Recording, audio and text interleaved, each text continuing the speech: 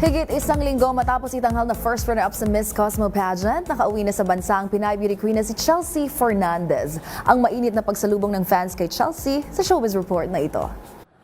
Mainit na sinalubong ng fans sa Ninoy Aquino International Airport kahapon ang Pinay beauty queen na si Chelsea Fernandez.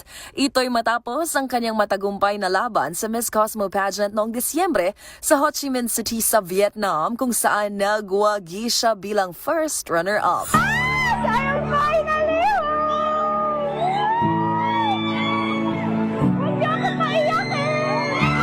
Sa kanyang pagbabalik, buhos din ang mga natanggap na regalo ng 26-year-old beauty queen.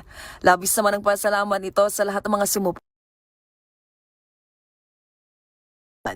Ngayong araw nga, nakauwi na rin si Chelsea sa Sultan Kudarat kung saan mainit itong tinanggap ng kanyang mga kababayan. At bukas, January 28, kasado ng isang grand parade sa probinsya para kay Chelsea Fernandez.